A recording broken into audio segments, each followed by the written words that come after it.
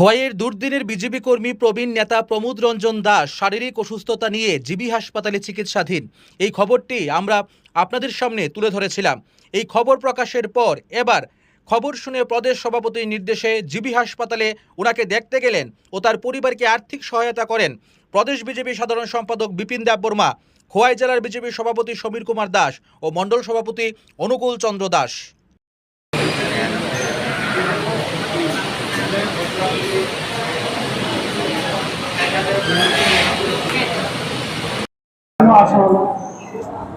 দেখুন, বিশেষ করে গতকাল আমাদের কাছে একটা পার্টি থেকে আমাদের কাছে একটা খবর আসে।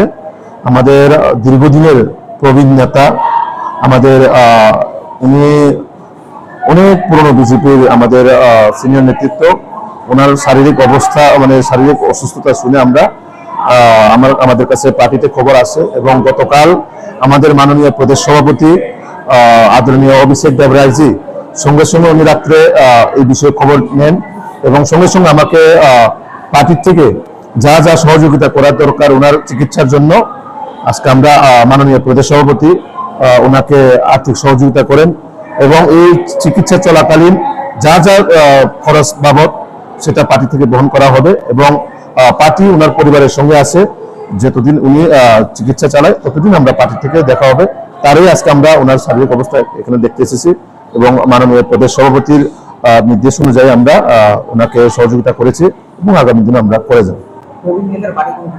উনি খোয়াই জেলার আমাদের প্রমোদ রঞ্জন দাস, উনি এক সময়ের খুব দুদিনের আমাদের বিজেপি নেতা এবং একটা সময়ের খোয়াই বিধানসভার উনি বিজিত প্রার্থী বিজেপির এবং বর্তমানে এসসি মোর্চার প্রাক্তন vice president, state vice president প্রাক্তন। তো উনি দীর্ঘদিন ধরে একটা শারীরিক অসুস্থতার মধ্যে বাড়িতে ছিলেন এবং গতকালই আমাদের কাছে এই খবরটা আসে। আসার সঙ্গে সঙ্গে ওনাকে জীবিতে পাঠানো হয়েছে এবং এখন জীবিতে ওনার চিকিৎসা চলছে এবং আগামী দিনে আমরা ওনার পাশে আছি, ওনার পরিবারের সঙ্গে আমরা আছি, ওনাকে সহযোগিতা করে যাব ত্রিপুরা প্রদেশের পক্ষ থেকে।